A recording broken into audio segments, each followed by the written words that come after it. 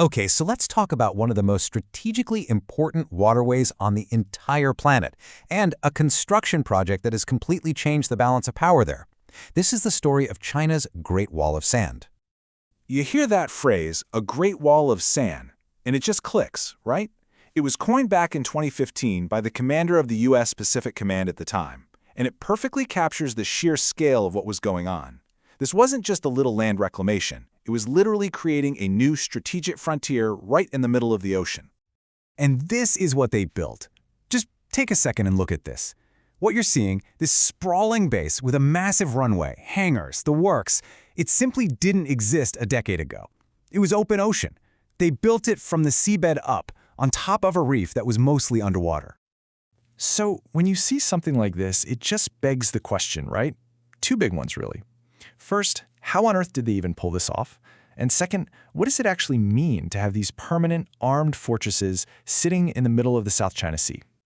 All right, let's get into the how. How do you go from open water to a full-blown runway? It's a pretty incredible story of engineering, to say the least. Yeah, you got to understand, we're not talking about tropical paradises here. Just a decade ago, places like Fiery Cross or Mischief Reef, at high tide, they were pretty much completely submerged. In fact, an international tribunal officially classified them as rocks or low tide elevations. Basically, legally speaking, not much more than wet rocks that don't grant you any territorial rights. And the transformation is just wow. Look at this before and after. On the left, you can barely see a reef poking through the water. On the right, a full-on strategic island. They did this with huge fleets of dredgers. Think of them as giant underwater vacuum cleaners, just sucking up sand from the seabed and piling it on top of these reefs day in and day out. And the speed, that's the other crazy part. This whole thing kicked off in early 2014.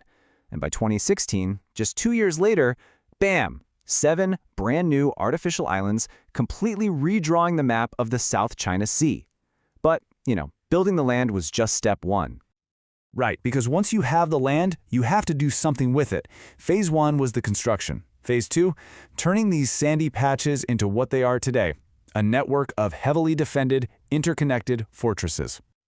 Okay, and this is a really important piece of context. Back in 2015, you have President Xi standing at the White House, pledging that China had no intention of militarizing these islands. That was the public statement. What happened next, though?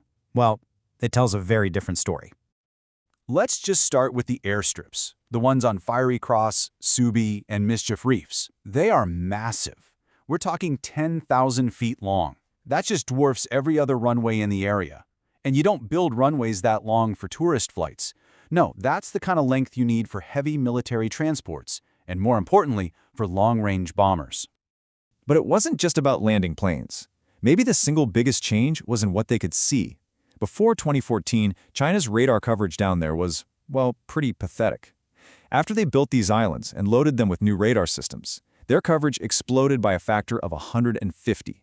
That's an incredible jump in their ability to track every ship and plane in the area. And this image really shows you what that means. On the left, you see this one little radar bubble, pretty limited. On the right, after the islands are built, it's a dense, overlapping web of surveillance that covers almost the entire South China Sea. They went from being kind of blind to having almost total situational awareness.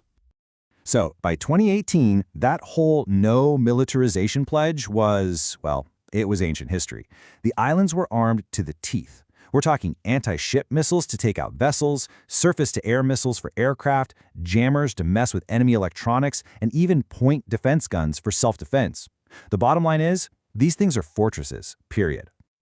Okay, so that brings us to the big question, the so what question. Why does this matter? Why should anyone care about a bunch of fortified islands in the middle of the ocean? Well, some researchers have come up with a really interesting term for this strategy, sea assurance. And here's the key idea. It's not about winning a war. It's about establishing permanent control during peacetime. By building these unsinkable bases and sticking anti-ship missiles on them, China asserts control over these huge swaths of water before a conflict even begins. Yeah, a great way to think about them is as stationary, unsinkable aircraft carriers. From these spots, China can project power, planes, missiles, you name it, across more than half of the entire South China Sea. It's a massive protective bubble for their own forces and a huge threat to anyone else operating there. So why this patch of water? It comes down to this number, $5 trillion. That's roughly the value of global trade that sails through the South China Sea every single year. If you can control this waterway, you have immense leverage over the global economy. So for the US and its allies, what does this all mean? Well, these island fortresses create a massive new obstacle. Any military operation in that region now has to fly or sail through this dense web of sensors and missile launchers. It just dramatically raises the stakes, the risks, and the potential costs of getting involved. All right, let's wrap this up. We've seen this incredible engineering project, this super-fast militarization, and a complete shift in the strategic map. What's the final takeaway from this whole Great Wall of Sand? The bottom line is this. In just a handful of years, China successfully built a series of permanent, unsinkable fortresses. And in doing so, they have decisively changed the military balance of power in one of the most critical economic arteries in the entire world. And that leaves us with one last kind of chilling question to think about. By creating these permanent facts on the ground, or I guess in the water, has the strategic game for the South China Sea in a lot of ways already been won?